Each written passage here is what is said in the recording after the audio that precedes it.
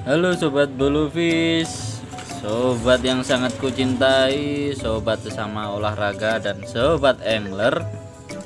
Ya ini sekarang persiapan karena joran ucengnya sudah sampai, joran pecutnya sudah sampai.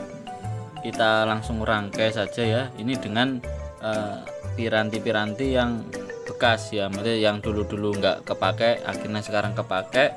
Saya jadikan satu. Kita mulai dari pemasangan reel. Jadi masang itu yang simpel-simpel aja. Simpelnya gimana? Saya tidak akan masang yang ribet-ribet ya. Jadi kayak saya cuma pakai lakban supaya tinggal tempel gitulah. Nah ini beberapa peranti yang diperlukan seperti kimpul, terus beberapa piranti yang teman-teman sudah tahu lah, saya tidak perlu jelaskan.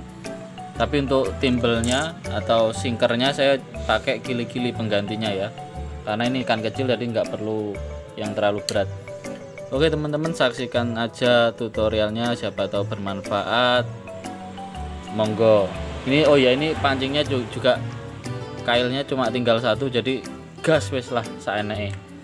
Budal, monggo sobat Bluefish.